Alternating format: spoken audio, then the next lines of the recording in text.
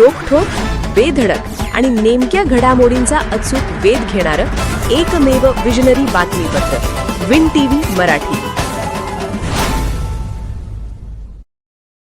सुरुपली येथे महादेव मंदिरातील महाप्रसाद घेऊन परत गावाकडे पायी निघालेल्या एका महिलेचा दुर्दैवी अपघाती मृत्यू झाला.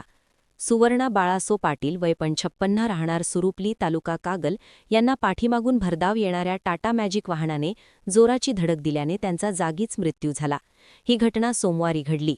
सुवर्णा पाटील या महादेव दादू पाटील, पत्नी सुमन पाटील, वहिनी सुवर्णा पाटील, सून संजीविनी पाटील व आनंदी मारुती पाटील यांच्यासमवेत महादेव मंदिरात महाप्रसादासाठी गेल्या होत्या.